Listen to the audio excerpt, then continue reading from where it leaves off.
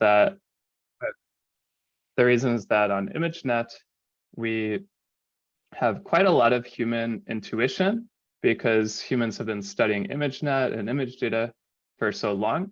But on diverse tasks like PDE solving or protein folding or Earth monitoring, we have studied these data sets for less time. And so using an algorithm to search through the best architectures would save us quite a lot of time in finding a very strong baseline. So nowadays we are using NAS for all of these data sets that I just mentioned, in addition to graph neural networks, GANs, dense prediction, and so on. So it can really be used for any sort of problem we have in machine learning. Okay, another thing that NAS is quite good at is multi-objective optimization. So say I want to have a really good image classification model fit on my mobile phone. So this is MobileNet v3. That's exactly the question they sought to answer. That's what's displayed on the left, the Pareto curve of flops versus accuracy. And a NAS algorithm was used to discover this set of architectures. In particular, the algorithm discovered all of these numbers in the tables on the right. Okay, so I gave quite a lot of motivation just now. Just a quick recap. So neural architecture search is both really good at finding architectures for widely used data sets like ImageNet, and also brand new or diverse data sets. And it also works quite well for constrained optimization or multi-objective problems.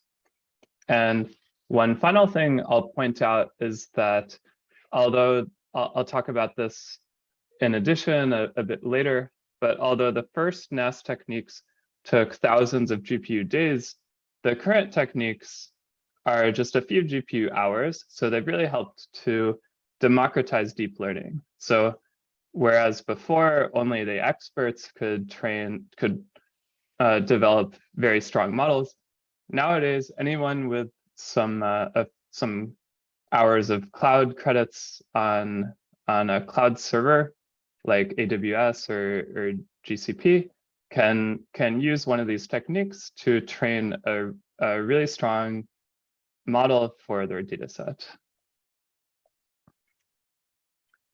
Okay, so I'll get into the outline of the talks soon, but I wanted to give a history of neural architecture search. So NAS has been studied since at least the late 1980s. The first paper I know about is from 1988. And it really saw a resurgence at the end of 2016 with this paper by Zulf and Lei after the deep learning revolution in 2011. And so just some notable papers since then. So there's the DARTS algorithm, which brought about a lot of work in one-shot algorithms. So I'll discuss this paper later on. And 2019 was the first time a tabular benchmark was released for architecture search. And the final paper I have on this timeline is DARTS PT, which is an improvement over the DARTS algorithm. And I have this here because it won a best paper at iClear 21. So it's just a bit more evidence that NASA is really mainstream and catching on throughout the machine learning community. So I believe I'll discuss all of these papers later on in the talk. Okay, so in general, there are three pillars of NAS. There's the search space, defining the set of architectures we search over. There's the search strategy, which is what algorithm do we use to search for the best architecture. And then there's the performance estimation strategy. So this is every time we have a choice of architecture, how do we evaluate it? And the second two bullet points are, so while these three pillars describe many NAS algorithms well, for the most popular type of algorithm recently, one-shot methods, the second two are sort of coupled. So it's often hard to tell, it's often hard to separate the search strategy from the performance estimation strategy. So that's just a quick note, but these three pillars describe most algorithms pretty well. Okay, so now that I've given motivation and an introduction to neural architecture search, I'll tell you what's coming for the rest of the session. So I'll give an overview next of search spaces. And then after that, I'll cover the two main types of search strategies: black box optimization based methods and one-shot methods. After that, I'll talk about NAS benchmarks and best practices, because in the field of research, we want to make sure we're doing principled research. So I'll discuss benchmarks. And then at the end, with my remaining time, I'll discuss some case studies and how we might apply NAS to certain areas. So given how much time I have at the end, I'll discuss face recognition, climate change AI applications, and recommender systems. Okay, so now I'll jump into search spaces. Okay, so personally, I think the search spaces is the most important pillar of neural architecture search, of the three pillars. And the reason I believe this is because there are many cases I know of where if we spend our time to design a very strong search space, then even a simple algorithm like random search can really find a strong architecture. And so the search space design is quite important. So how do we design a good search space? Well, the first thing we need to think about is this trade-off between exploration and exploitation. So on the one hand, we could use a lot of our human bias in what we think will make a good architecture. For example, if we have an image data set, we might have a lot of convolutions and pooling operations in our search space. And then we have a pretty good idea that we'll find some pretty good architecture that'll probably improve over what's known at least a little bit.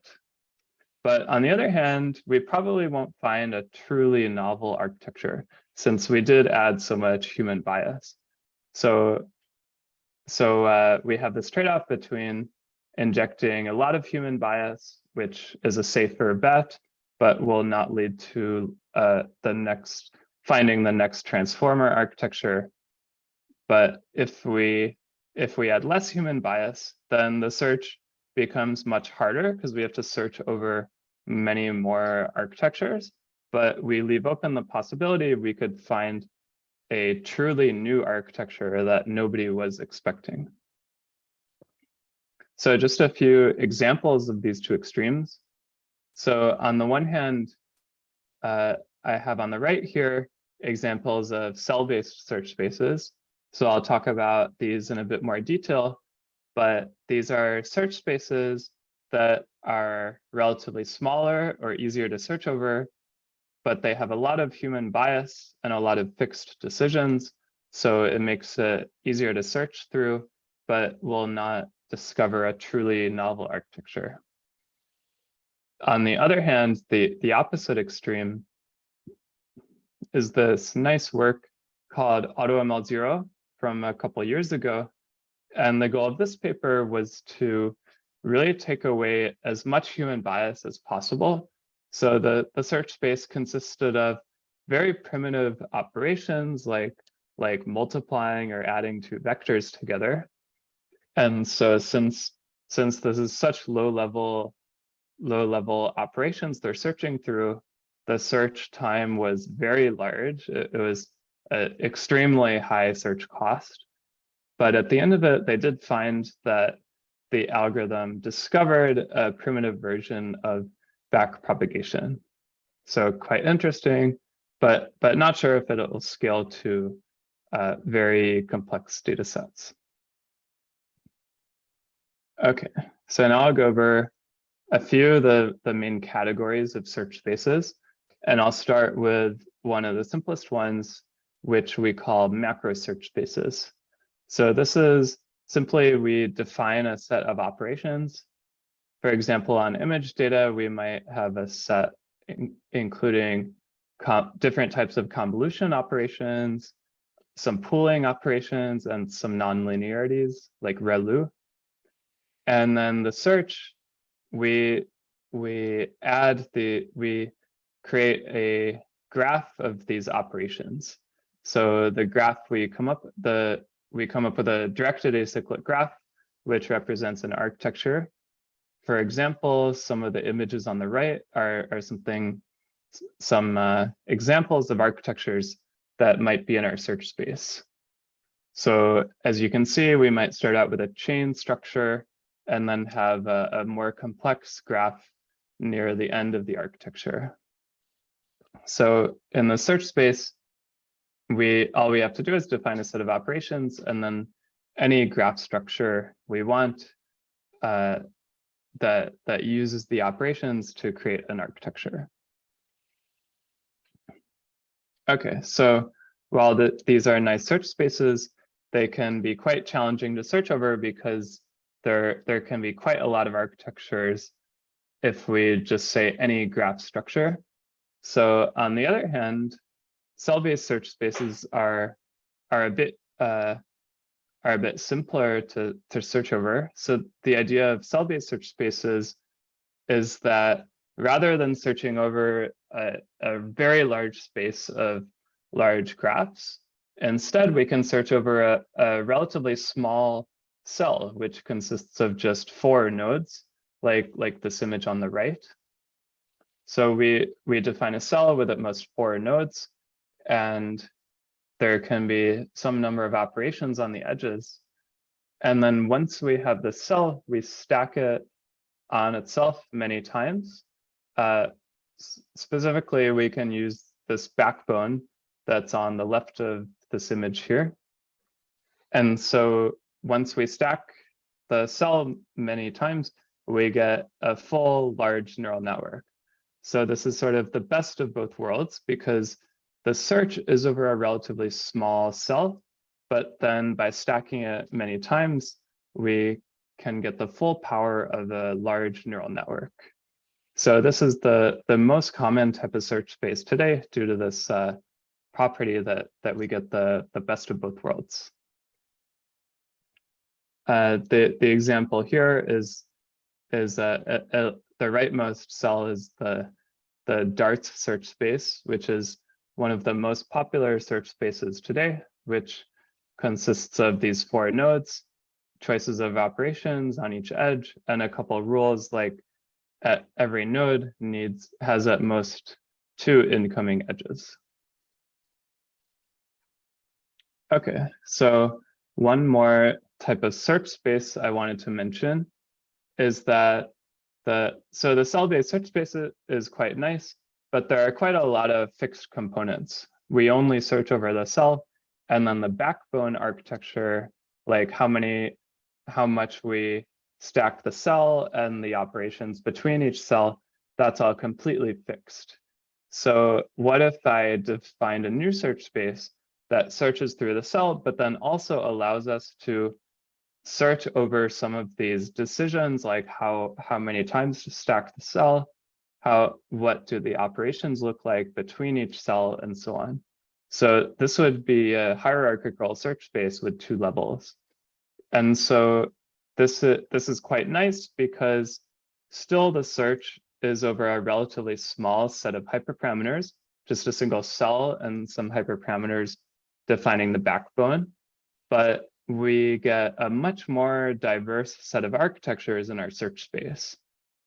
And so we can take this idea even further and define 3 or 4 level hierarchies as well, where a level 4 would be searching over low-level operations and cells, and then a couple hyperparameters defining the middle range decisions, and then also hyperparameters defining the top level structure. So these hierarchical search spaces, they're not studied as much currently as cell-based search spaces, but I think they're quite promising because of their what I said just before, which is their best of both worlds in terms of how hard it is to search through them versus the amount of diversity in the search space. So I think these will start to be used much more in the future. Okay, so now that I've explained search spaces, I also wanted to mention something that's quite coupled, which is how do we encode the architectures? So when we run nests, there are many encoding dependent subroutines that we might want to run, like sampling an architecture or mutating an architecture. And to run these operations, we need some encoding to pass to the algorithm. So since most architectures are a graph structure, one natural thing we can do is use the adjacency matrix encoding, where we create the adjacency matrix of the graph and then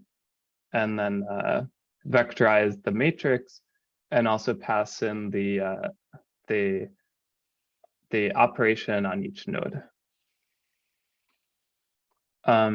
So adjacency matrix works pretty well, but there's also other types of encodings. For example, there's something called the path encoding, which in the path encoding, every feature is a path we might take from the input to the output. For example, in this architecture on the left, one of the paths is input, max pooling, 3x3 convolution, 1x1 convolution, output. So then the path encoding for this architecture, we would put a 1 in the corresponding feature that represents that path. So while the adjacency matrix might be better for certain types of subroutines like perturbing an architecture, path encoding also does better in some other subroutines. For example, training a surrogate model. The only thing to keep in mind is that the path encoding can grow exponentially as we add more operations, which is not true for the adjacency matrix encoding. Okay, so I won't discuss more today, but there's a study we had on different encodings where we ran experiments to find the best encoding for each type of operation in NASA algorithms. Okay. Okay, so now I've finished talking about search spaces. If anybody has any question, let me know. I can also, I guess my Zoom window disappeared, but yeah, if anybody has any questions, just let me know and I'd be happy to answer. Okay, but if not, I'll now move on to discussing search strategies. So I'll start. Wait a second. Excuse me, I have a question. So yeah, thank you. I find this topic search space in general quite interesting. So I'm wondering, since you mentioned the hierarchical search spaces, so what you've shown was something with basically a fixed number of values, so to say. But I'm wondering whether it would be possible to model basically these hierarchical structures easier with like a grammar, for instance. Basically, formalized level of recursion that you have within a network. Are there any attempts to do this, or is this something that has not been researched yet? Yeah, that's quite interesting. So it was a bit hard to hear, but I think the question was whether you can use something like a grammar to define hierarchical search spaces. And yeah, I think that's a great idea. And it reminds me of a few papers that are a bit similar to that. So I think there is a bit of research in this already. Yeah, what I'm thinking of is, so there's one, the PyGlove by the Google Brain team. They define some sort of recursive language for search spaces. There's some other paper, I forget the name of it, but there's another transformer-based architecture that also looks at grammars. So yeah, I think off the top of my head, I can't remember all the papers, but definitely a very interesting idea that a few people have tried and also deserves more research in the future. All right. Yeah, if there are any other questions, please let me know. Otherwise, I'll continue with search strategies.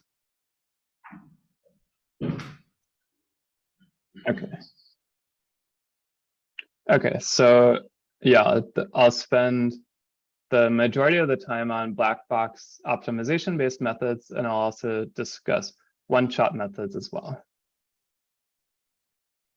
Okay, so what I want to start by talking about is some baselines, because it's always good in any field to have good baselines. And so in neural architecture search, actually, there's quite a history of random search performing surprisingly well in NAS. So it's always good to run random search.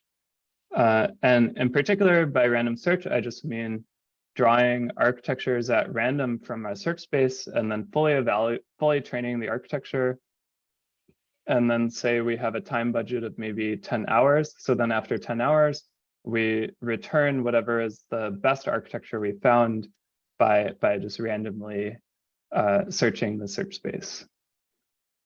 And another very related algorithm, or I would almost call this a statistic, not an algorithm, is random sampling. And this is the performance of the expected performance of a randomly drawn architecture. So we just try to compute the expected performance. And this is also very important to know, because for any search space and data set, we want to know what's the expected performance to see how much our NAS algorithm improves over random sampling. Because the graph I have on the bottom right of the screen, it shows different NAS algorithms, how they compare to random sampling, which is the dotted line. And as you can see, it's not always a given that even some of these prominent NAS methods are better than random sampling. So the takeaway is that we should always compare our algorithms to random search and random sampling. Okay, so another slightly more interesting baseline is local search.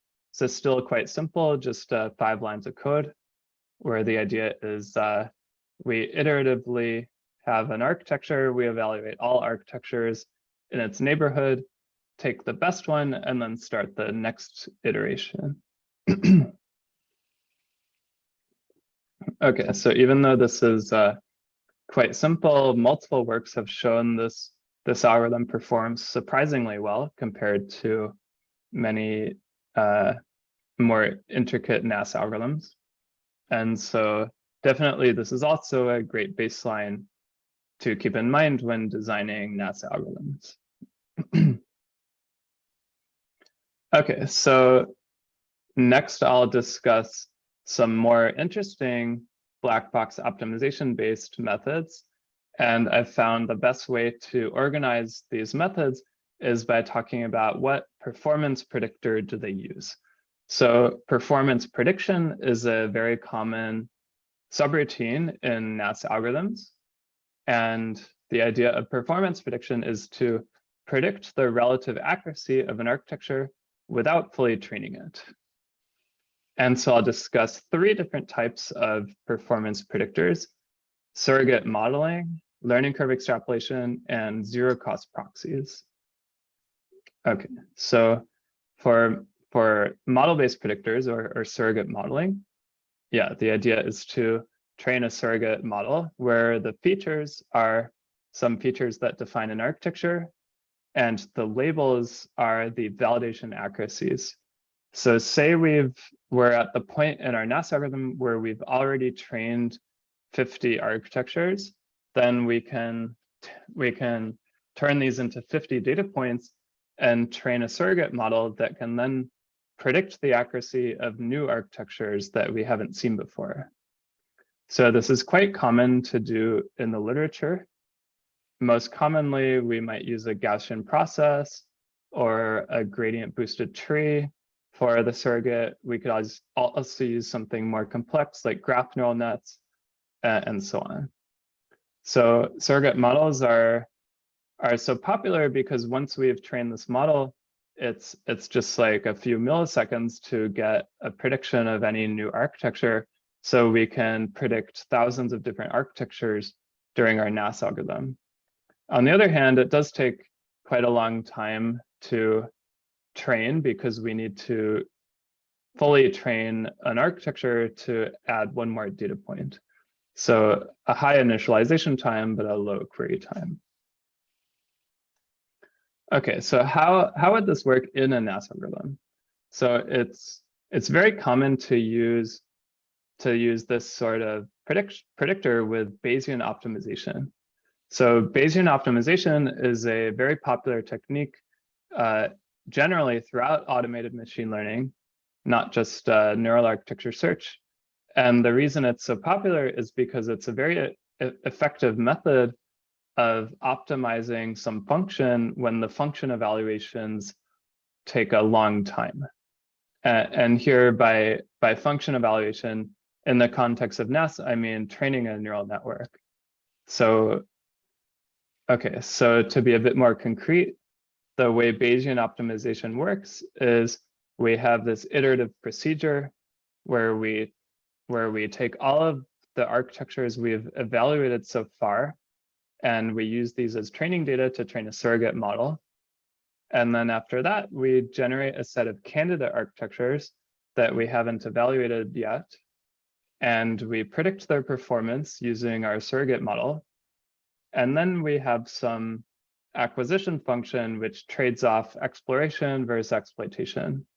So, so we pick the candidate with what for example, the highest probability that we would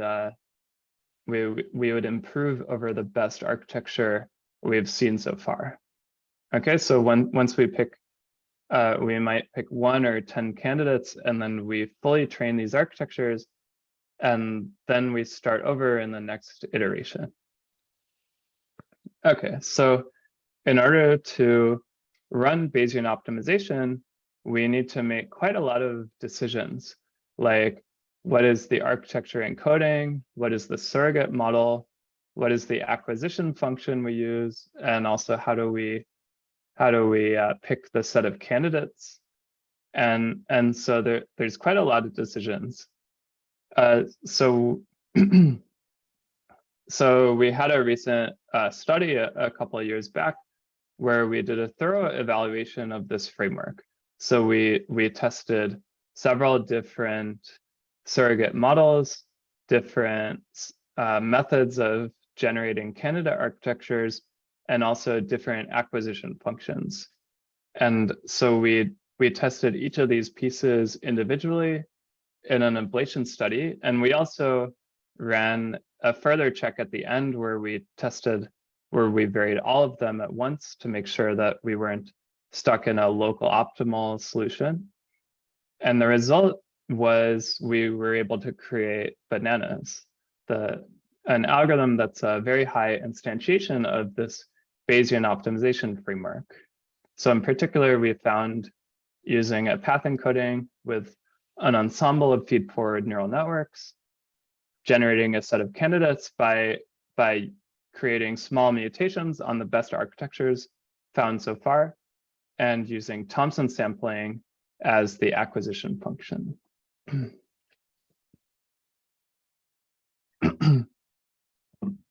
Although one caveat here is that this was a few years back, and so particularly the path encoding, since we were testing on relatively small cell-based search spaces, it's possible that other encodings would work better for larger search spaces.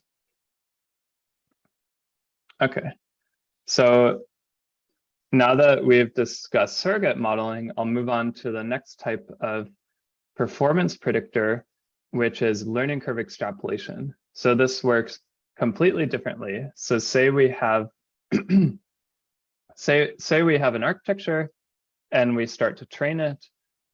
Overall we want to train it to 300 epochs, but after just 50 epochs, we look at the curve of validation accuracy so far, and then we try to predict what the curve will look like in the future by extrapolating, by modeling the curve to some function and then extrapolating that curve. For example, we could, this image on the left tried out many different functions like a polynomial or power function or so on to try to find the best fit for this learning curve. Okay, so this is quite a powerful method, because if we have a good method of learning curve extrapolation, then we can train our architectures for much fewer epochs. So there's several works that try different learning curve extrapolation methods, and also even some works that combine learning curve extrapolation with surrogate modeling. So we train a surrogate model that not only takes in the architecture encoding, but also the early stages of the learning curve, and uses that to have even more information in predicting the accuracy of the neural net. So this is sort of opposite of surrogate modeling, because there is no initialization time. We can do this for any architecture immediately, but there's a high query time. So for each architecture, we need to train it for at least like 50 or so epochs before we can run learning curve extrapolation. Okay, so how do we fit these into a NAS algorithm? So one nice framework we can use to convert most black box optimization algorithms into an algorithm that makes use of learning curve extrapolation is as follows. For example, we can use this on Bayesian optimization or another black box optimization algorithm. So the idea is, say we have some single fidelity algorithm, for example, Bayesian optimization or random search, where we have an iterative procedure where we pick at the end of each iteration, we pick a set of architectures to then fully train. Well, then in our new framework, instead of fully training these architectures, we predict all their performance using learning curve extrapolation, and then we only train the top n fully. So we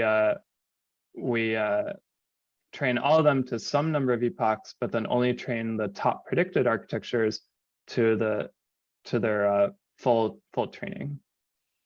Okay, so this framework can be fit into any popular black box algorithm, and the plots I have at the bottom of the screen show how this can substantially improve different algorithms like bananas, what I just talked about, and local search and random search, and other algorithms like evolution. Okay, so this is learning curve extrapolation is a good method to keep in mind when designing NAS algorithms. Okay, so now I'll get into the final type of performance prediction, which is zero-cost proxies. So these are quite an interesting method that's shown up, that was discovered just a couple of years ago in 2020.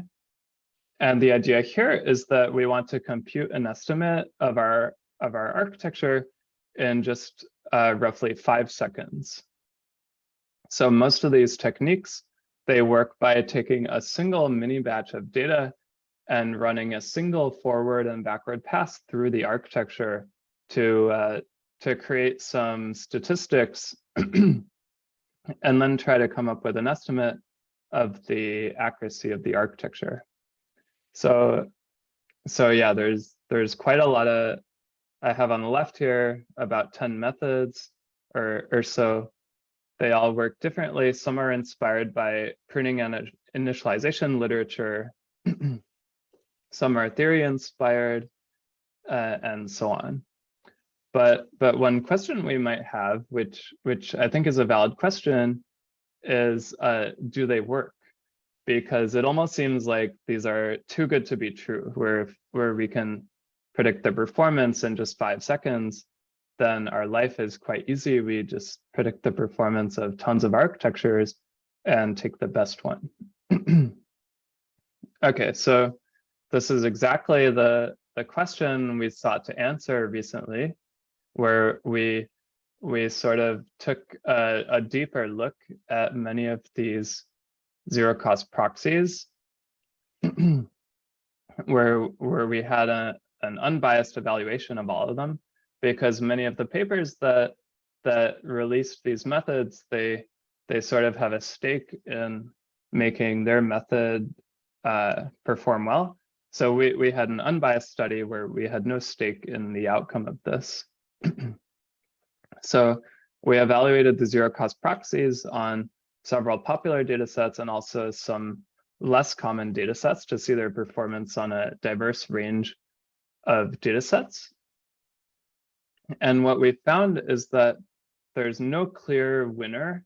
So overall, on the 8 we tested, all of them had an average rank of roughly 4, which means basically all of them pretty much tied.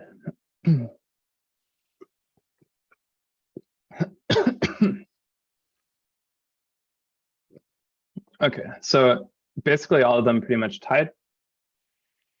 And in particular, we had 2 very simple baselines. One of them is what are the flops of the neural net, and another is what are the number of parameters of the neural net. So, and we rank performance based on number of parameters. So a very simple baseline.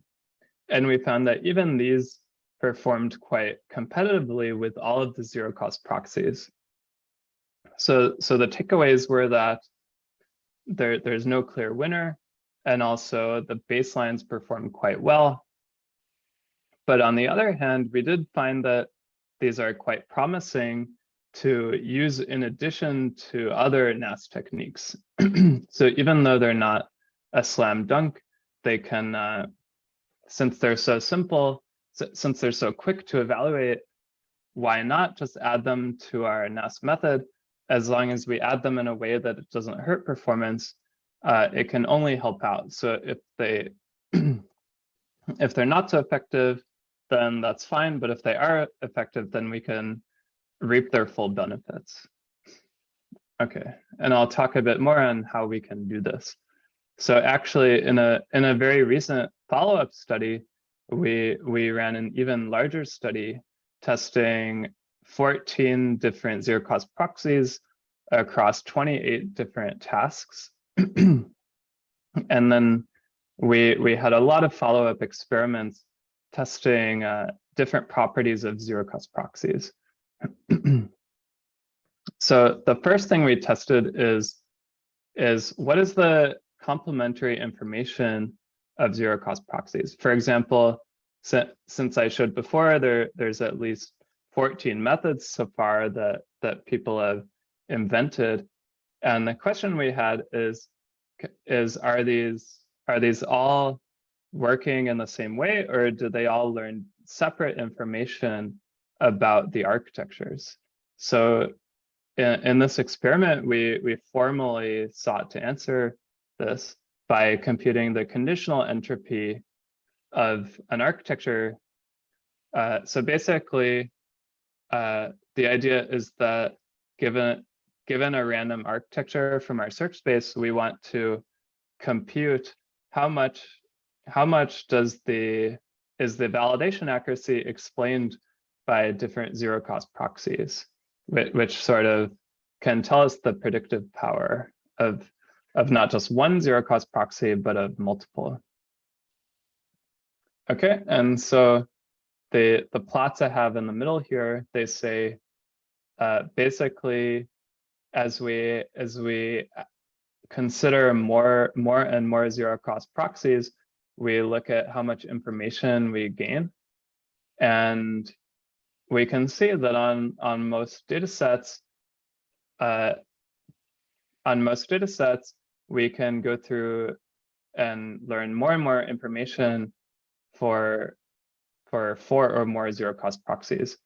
So this blue line here is where we randomly add additional zero cost proxies. So here, even using all 13 zero cost proxies can be worthwhile. We get more and more information for each one. And the green line is where we greedily pick zero cost proxies. So we pick the best zero cost proxy, then the second best and third best, and so on. So even when we greedily pick zero cost proxies, we find that using 4 or 5 still has substantial new information. So the the takeaway is that zero cost proxies really are complementary. So we should be using multiple rather than just sticking with one. Okay, so we also took this idea and integrated it into NAS algorithms. So one very simple way to add these to our NAS algorithm is, if you remember when I talked about surrogate modeling, like Bayesian optimization, we have this surrogate model that takes in the architecture encoding as input. So we can just add on these zero cost proxies as additional features. And then our surrogate model will learn to use these. And if they're informative, it'll learn the trends and be able to more accurately predict the performance of new architectures. So we found that this can substantially improve NAS algorithms. Here, the uppermost table, we found that just with the surrogate model alone, performance can improve by up to 40% or more. And then this also corresponds to improved performance in the NAS algorithms themselves. Okay. And the final thing I wanted to mention about this recent study on zero cost proxies, this is the one I think is potentially the most exciting, is that we can remove biases to improve the performance of zero cost proxies even further. So for example, a recent work found that SimFlow, which is one of the most popular zero cost proxies, it has a bias towards larger architectures. So it'll just give a better predicted performance if the architecture is larger. Of course, if it didn't have this bias or had less of this bias, then maybe it would have performed better. So we had a simple way of removing these biases. So say F is our zero cost proxy and B is our bias, like the size of the architecture. Then we create a new zero cost proxy by multiplying our proxy F by 1 over the bias plus some additive term, which kind of controls how aggressively to remove this bias. So we ran some experiments where we tuned C either to minimize the bias or just maximize the effectiveness of the zero cost proxy overall. Okay, so for each zero cost proxy here, the performance here is the correlation with the ground truth accuracy. And in every case, we were able to improve the performance by removing biases.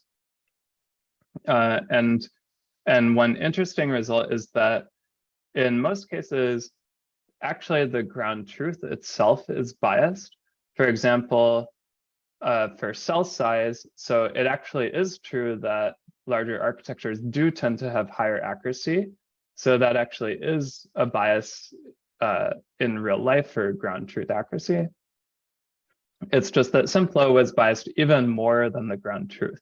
So we also had a strategy where we, rather than fully removing the bias, we just removed the bias enough to equalize it with the ground truth accuracy. So this tended to perform quite well. Okay, so I think this is quite exciting. Removing biases in zero-cost proxies hopefully has implications in the future design of zero-cost proxies so that we can really come up with even better zero-cost proxies. Okay, so oh yeah, one more thing I wanted to mention with performance prediction families is that we can, so I discussed 3 very different types of performance predictors. And the final question we might ask is whether we can combine all of these performance predictors even in a single NAS algorithm to reach even better performance. So this is another experiment we did. So first we compared all of the families of performance predictors in a single experiment. So we tested initialization time, how long does it take to initialize the predictor, with query time, how long does it take to evaluate this predictor on a new architecture. And then we looked at the performance of all of these. So each family of predictor did really well in a certain area of this 3D plot. And it's visualized a bit better if we look at a view from above this 3D plot, which is this view right here, and then we plot the best performing predictor for the certain setting. So for example, a high initialization time and low query time, the best predictor was this brown cell, which is XGBoost. Okay, so we looked at the best predictors across all these settings for various popular search spaces. And what we found is that, yeah, so each family specialized in one area, like surrogate models perform well with high initialization time and low query time, zero cost proxies where low initialization, low query time, and learning curve extrapolation does well for low init time, high query time. And so then we said, what if we take the best predictor from each of these families and combine them into one predictor? So I won't get into too much details in this talk and exactly how we did this, although it was quite a simple method. We just added zero cost proxies into the surrogate model, and then also added learning curve the first part of the learning curve into the same surrogate model. And what we created was, we called it Omni, the omnipotent predictor. And so this is a performance prediction method that performs well in all settings of the init time, query time graph. And in some cases, it improved performance by more than 30% compared to the next best method.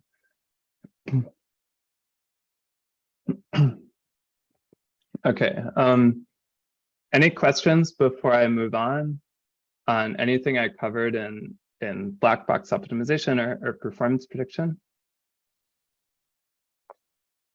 Okay, yeah, if anyone has any question, just feel free to shout out the question. If not, I'll move on to one-shot methods.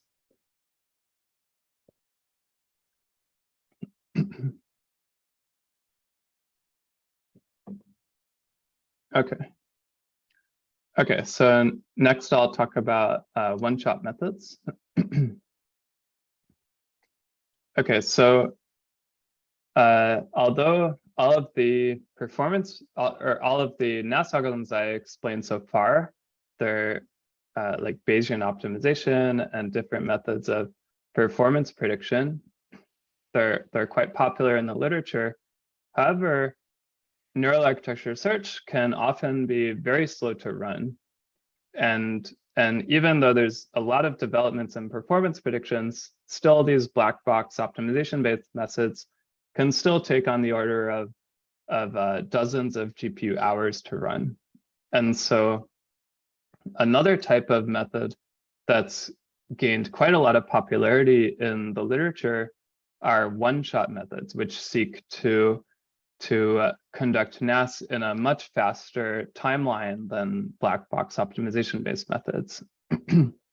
And the reason these other methods are slow is that they often involve fully training many neural architectures. And the idea of one-shot methods is, what if we only train one architecture, or we run NAS in just one shot? So how can we accomplish this? How can we do NAS just by training a single architecture total? Well, what we can do is train a super network. So rather than training just an architecture, so a super network is one architecture that represents all architectures in our search space. So this image on the left here, so say we have our architecture, and every place we have a decision of an operation to make, rather than picking an operation, we just add all possible operations. So here, the different color, the arrow colors represent pooling, convolution, all of the choices of operations. And then we do this in every individual slot. So then we have this over-parameterized architecture, and in some sense, it represents every single architecture in our search space. So then what we can do is we can train this in the normal way. So there's this nice work by Bender et al., one of the first one-shot algorithms for neural architecture search. So we just train the super network in the normal way we would train any neural network. They also used a very clever technique that's a form of dropout, where we drop out paths of this super network. And the result is we have a fully trained super network. And what we can do with this is estimate the performance of any architecture in our search space. So once this is fully trained, we can estimate the performance by, say we have an architecture in mind that's a specific operation in each slot, then we mask out all the other operations, and we just compute the validation accuracy of this this specific set of operations. So then we get some validation accuracy, and as long as we make the assumption that this accuracy is similar to as if we fully trained the architecture from scratch, then we'll have a good estimate of the architecture. So what Bender et al. Did is they trained the supernet, and then they randomly searched. They randomly drew architectures from the search space and evaluated them, and then eventually picked the best architecture found in random search. And then at the end, we can fully train the architecture from scratch. Okay, so this super network technique, it works really, it's very fast because we only train a single neural network. However, it relies on the assumption that architectures evaluated with the supernet are similar to as if we trained each network from scratch. So this has been debated quite a lot in the literature, whether this assumption is true, with some works showing this assumption is fairly true, others showing it's not true. But overall, in in certain settings, in certain popular NAS benchmarks, the assumption does hold up fairly well. Okay, so another type of one-shot method is differentiable architecture search, or DARTS. So this is one of the most popular NAS papers. And the idea is as follows. So rather than training our supernet and then discovering the best architecture once we have the supernet, we can train the supernet and also develop the best architecture at the same time. So the way to do this is by running a continuous relaxation of the hyperparameters that make up the architecture. Okay, so what I mean by this is, remember that in a super network, every slot for operation has different candidates of operations, like convolution, pooling, ReLU, and so on. So for each of these operation candidates, we can add some real valued variable alpha that can be between 0 and 1. So if alpha is set to 0, it means we're not going to use that operation. If alpha is set to 1, then we are going to use that operation. And maybe it can even be set to like alpha equals 0.5 for 2 different operations. Okay, so once we have added variables alpha for each of these operations, then we can run gradient descent on these operation choices. So this is the method of DARTS. So DARTS runs gradient descent, where it alternates gradient descent updates on the regular weights of the neural network and the architecture hyperparameters. So we alternate gradient updates to each of these hyperparameters. And so in this way, we use gradient descent to optimize both the regular weights and the architecture hyperparameters in just a single training of this super network. So at the end, we get some values of the alpha after we've fully trained. Maybe some of them have not converged, like for some slots, there's still alpha equals 0.5 for 2 different operations. So then at the end, we take the maximum alpha for each operation to return just a single neural network. And then once we have that neural net, we retrain it from scratch. So this is the DARTS method. And since it was released, there have been many different works which improve upon DARTS, which make this whole process more seamless or more robust to perform better. And I'll talk about one of these improvements now, which is DARTS PT, which won Best Paper at iClear 2021. So the idea of DARTS PT is that if you remember from the previous slide, we have this discretization step where we take all of the alphas learned after gradient descent and we just throw out for every optimization, for every operation slot, we take the highest valued alpha and keep that operation and throw out all the rest of the operations. But in DARTS PT, they asked the question, is that really the best way to decide on the final operations?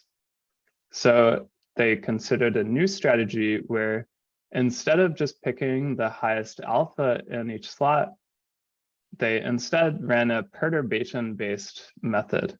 So for every operation slot, they computed the performance of the super network with and without this operation. So they evaluate the accuracy when this operation is removed from the supernet. And then after doing this for every operation, we can find which operation was most important for the accuracy of the supernet. So we can find the operation with that caused the minimum accuracy of the supernet when it was removed. So if we do this for every edge of the supernet, then we can find the best set of operations. Yeah, so that's the basis of this technique.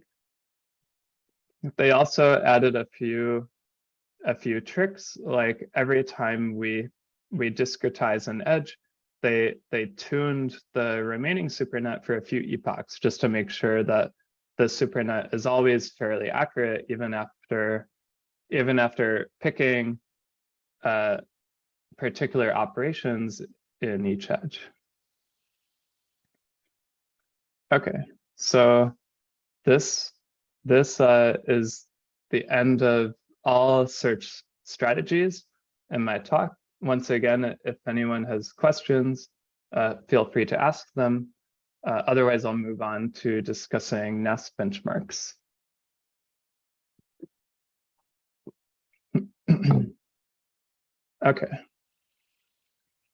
Okay, so in the rest of the talk, I'll discuss NAS benchmarks. I'll also go over some best practices.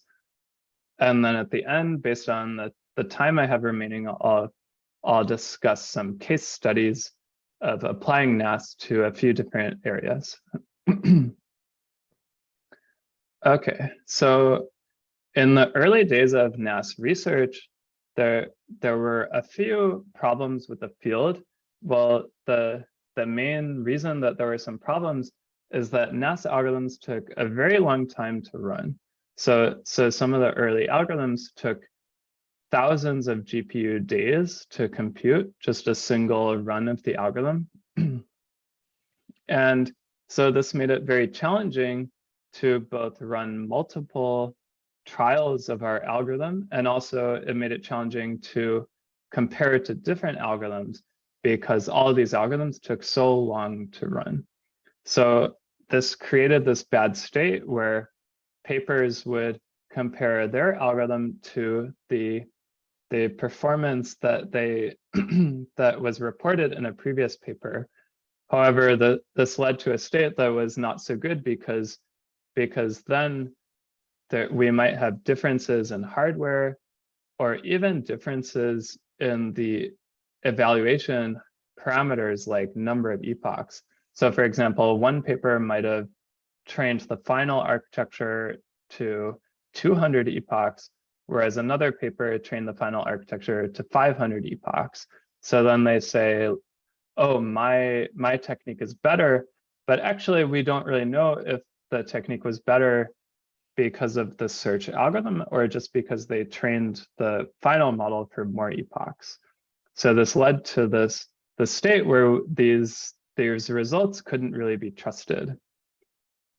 Okay, so but luckily there was a solution to this state of research, and that was the release of tabular NAS benchmarks.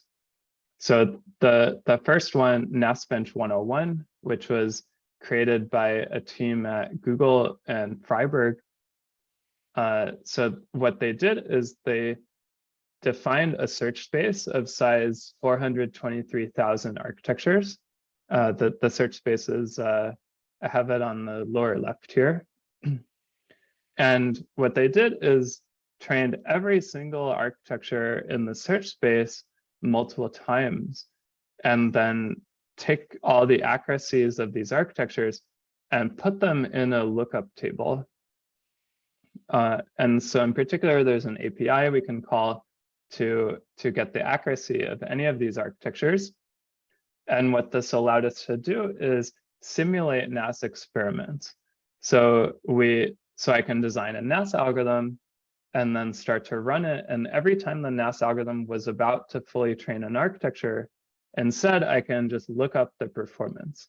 So then I can simulate my NAS algorithm, and I can even simulate what the total runtime would have been by just adding the time it would have taken to train this architecture.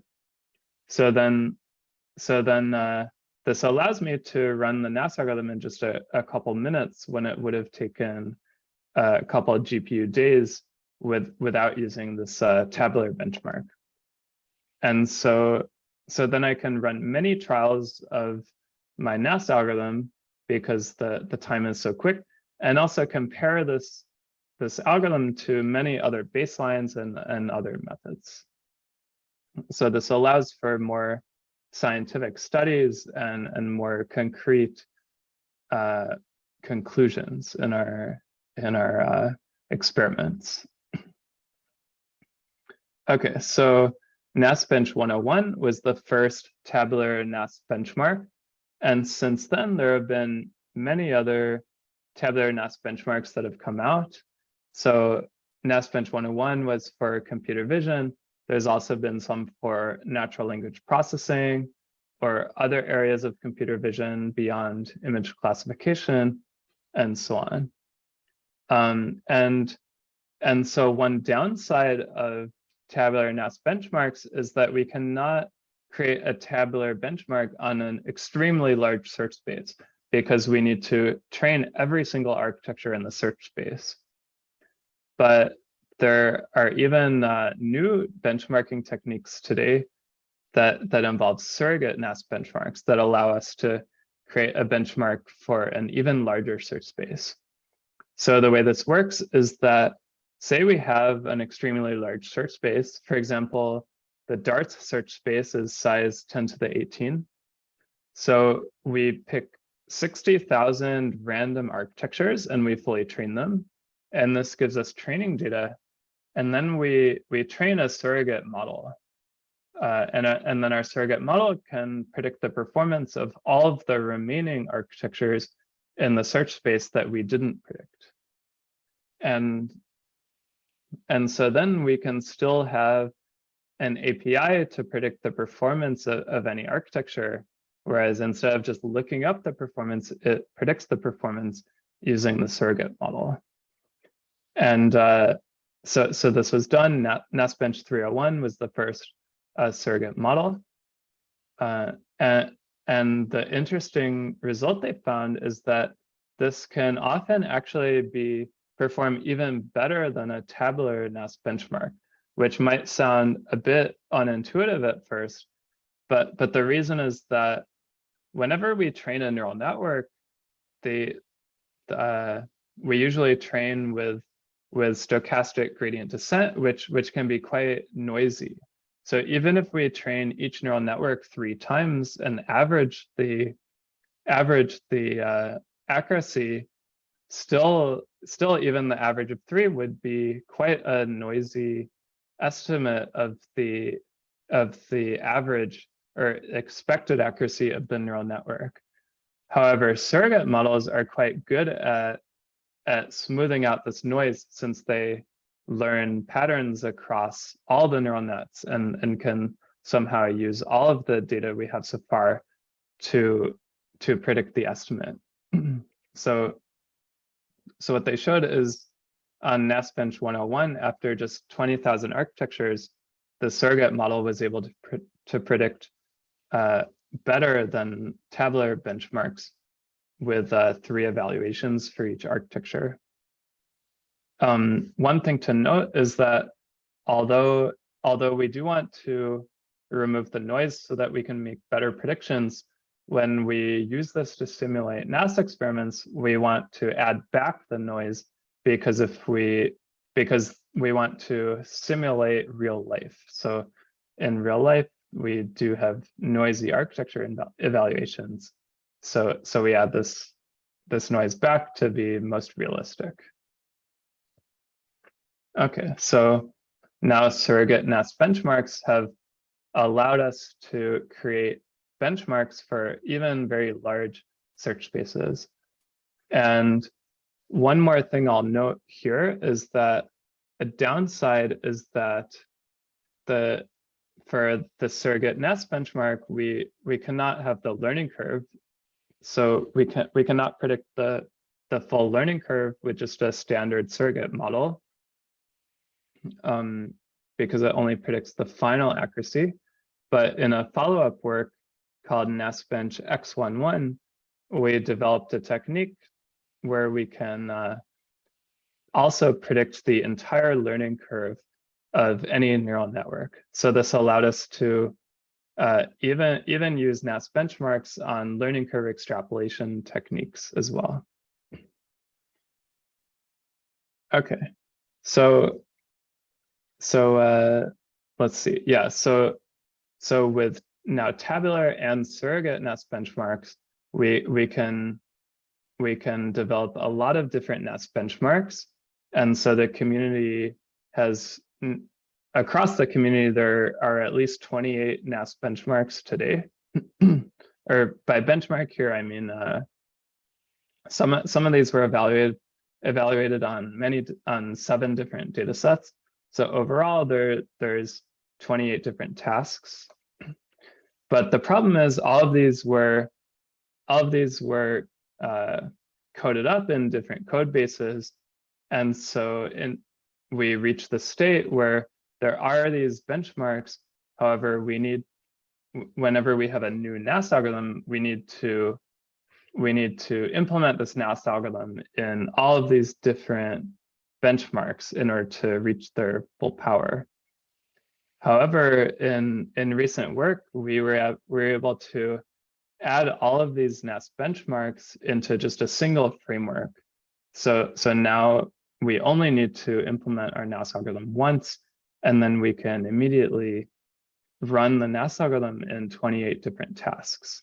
So this is using NASLib, and actually I believe the next session of this AutoML Fall School you'll learn much more about NASLib in a hands-on session. So yeah, NASLib allows us to run our NAS algorithms on 28 different 25 different tasks.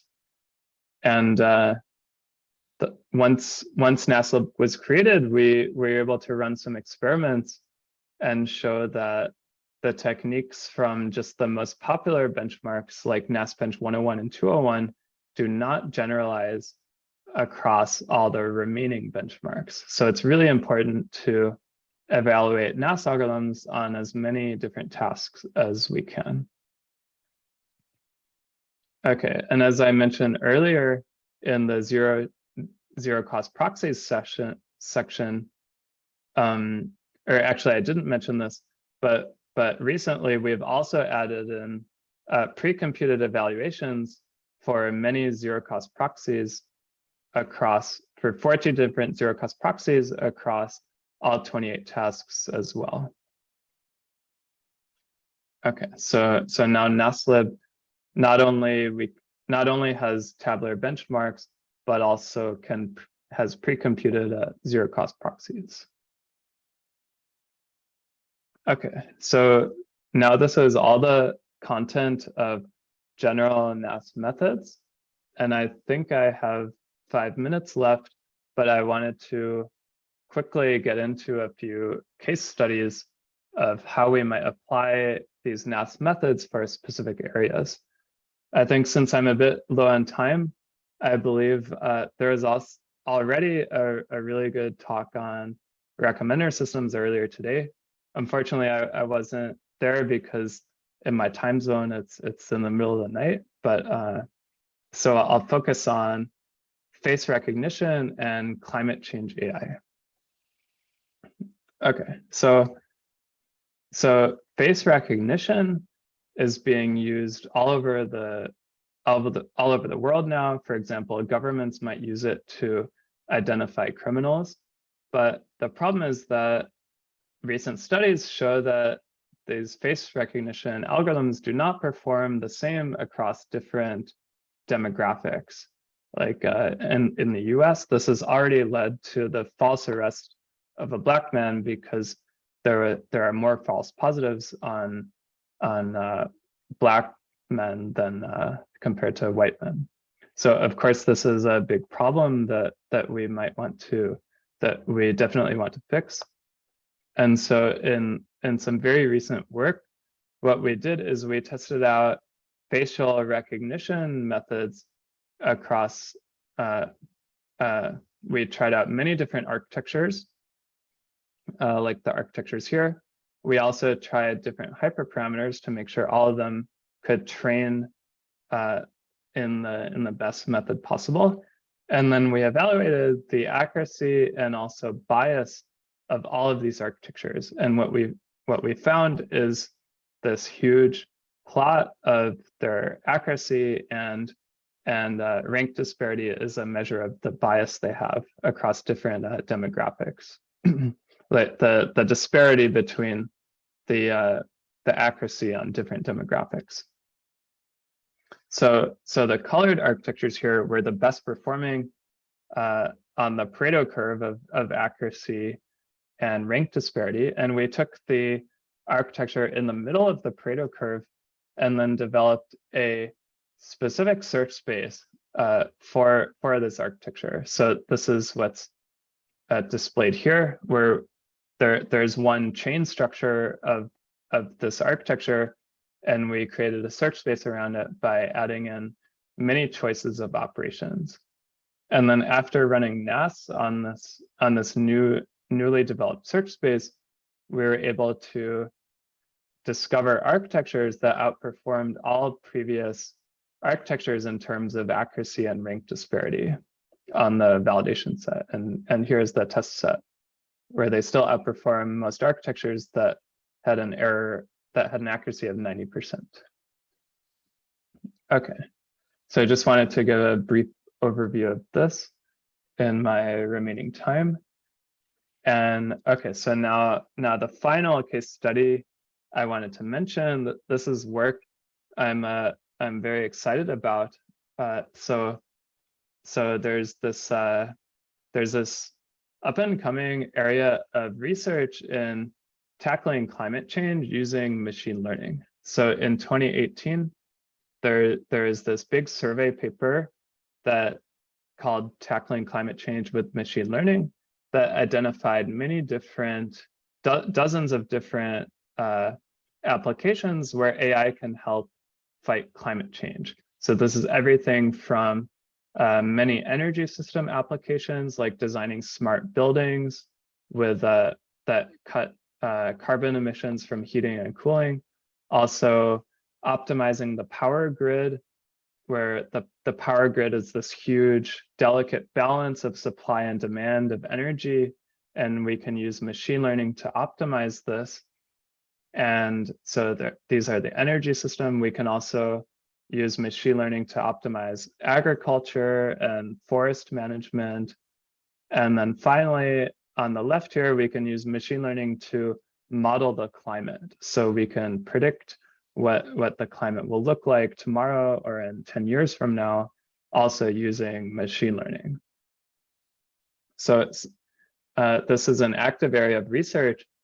And very recently, we had this study where the question we wanted to answer is, can AutoML techniques out of the box perform well on some of these most important applications within climate change AI?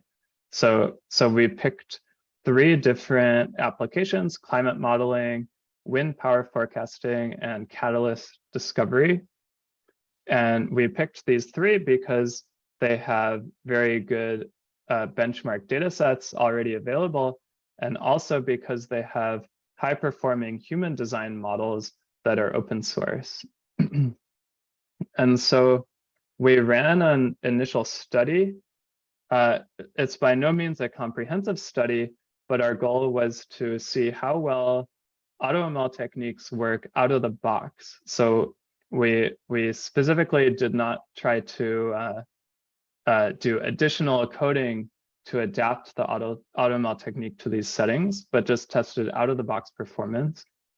And actually what we found so far is that AutoML techniques do not help as much as we would expect. So we didn't see much improvement. We did see improvement on the climate modeling task. However, on further inspection, we saw that we were unable to reproduce the numbers of the original paper. So we only saw improvements over our worst baseline model. So overall, what we found is that although these AutoML methods did not perform well out of the box, there's a huge potential to adapt these AutoML techniques these climate change AI tasks. And the reason is that implicitly, a lot of NAS techniques are developed with image classification or language modeling in mind.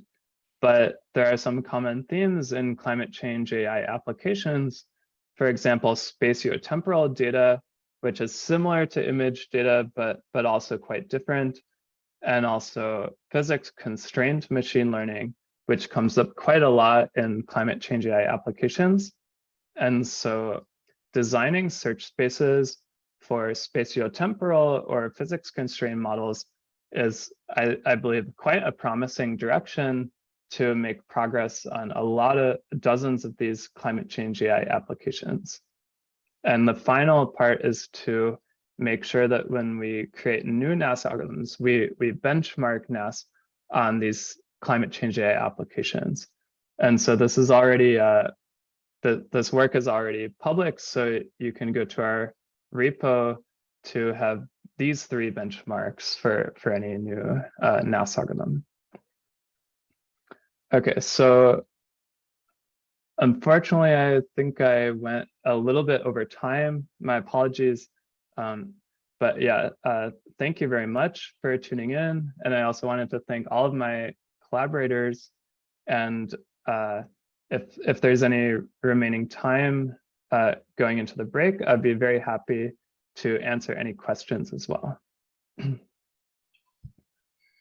you very much, Colin. I think we'll take a few questions. All right.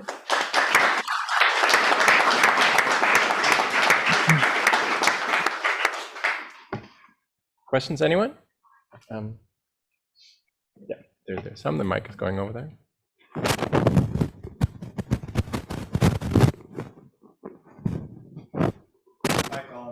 Hi, Colin. Great talk. So I wanted to ask, in terms of near the end, you basically mentioned, AutoML for these real world problems that are of high importance, right, and how it's kind of challenging to beat the human baselines, at least initially, right? In terms of driving efforts in this area outside of just maybe the people who created, the initial run of this, are you thinking of creating some kind of open source benchmark and kind of asking the other, basically AutoML frameworks to maybe add versions of their AutoML system into that? For example, AutoGluon has multimodal capabilities, like it can do text and image models, right? And so, so I'm working on AutoGluon, so I would potentially be interested in just putting some kind of config of AutoGluon into this, so that it can then be ran and we can see how it tracks over time. Hi. Okay. Great question. Yeah, I think there is a bit of an echo, but I think the question was whether we're planning to create some benchmarks and for some of these real world tasks and then run, for example, AutoGluon or other methods on these real world tasks. So yeah, I think this is a great question. So we had a very initial work in this area where we tested some some specific methods like climate modeling, catalyst prediction, and wind power forecasting. But there's quite a lot more methods, some of which are multimodal data, like like a lot of I believe there's some energy system and other types of use cases that involve satellite data and also text data to optimize different parts of energy system pipelines. So I think it would be a great idea if the community, and also I particularly am hoping to work on this, to develop a set of these of benchmarks, including many different types of data, including multimodal data. And then once we have this set of benchmarks, we can evaluate the highest performing AutoML methods like AutoGluon and other methods, really see, hopefully they work quite well initially. We can also adapt them if needed to some of these tasks. So yeah, overall, I think more benchmarks are needed, and also for some particular NAS applications, we can also design specialized search spaces. Awesome, thanks for the answer. And yeah, if you do end up having a you end up creating and you want basically buy-in from other AutoML teams, just let us know. At least I think the AutoGluon team, we'd be more than happy to add AutoGluon's like multimodal functionality into the benchmark. Thanks. All right, any other questions? Yeah, there's one over there. In the meantime, yeah, let me summarize. I think for the whole AutoML community, if there are benchmarks, people will love it, people will work on it. People are sick and tired of working on CIFAR 10. They want to work on real data, and if you have real data and give them great benchmarks, they will love it. So thank you. Next question. Hi, thank you for a very nice presentation. I'm just interested to know, have you actually used some DNN architectures to complete previous learned neural architecture? I'm sorry, it was a bit hard to hear. What was the question? Something about DNN evaluation? GNN, graph neural net. I see, graph neural net. For what? For these tasks or another task? Yeah, so the idea is that your data set would be different neural architectures that you, for example, let's say for the ImageNet that you showed, those benchmarks. So you can use a GNN to complete possibly different architectures. So your search would be completely based on a GNN. So are there search algorithms with graph neural networks? I think the answer is yes. Yeah, so yeah, I guess I didn't cover this, but for surrogate modeling, yeah, there have been a lot of different interesting techniques that use graph neural networks, which is quite natural because neural architectures themselves we can think of as graphs, and so using a graph neural network can really be very powerful in modeling these neural networks, and we're able to predict the accuracy of new architectures much better.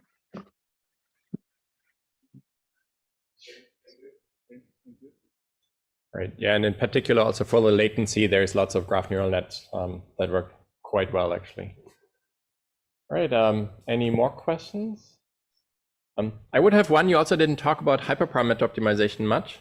So how do you see the interaction of NAS and HPO? Yeah, that's a very nice question. So yeah, there's been quite a lot of work on neural architecture search where we just fix the hyperparameters, where we don't search over them at all. But actually, I think even though it's much harder to, so the reason is that it's much harder to run both NAS and HPO together, since this is a much larger search space. But if we do run NAS and HPO together, then we can, I think we really have potential to discover much more interesting architectures, because new architectures that are not discovered yet, they might just train way differently than architectures today. For example, the learning rate or batch size might just be completely different from the most popular settings today. So yeah, I believe that that's a very interesting direction for future work. Hopefully future work will really focus on running NAS and HPO together. And I think there are some very nice benchmarks for NAS and HPO that are released very recently, like JAS Bench 201. So yeah, hopefully the field will really start to create efficient methods for NAS and HPO.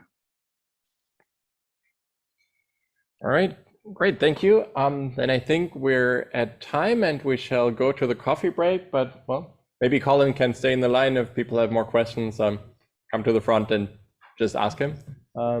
And with that, let's thank Colin again. All right, thank you.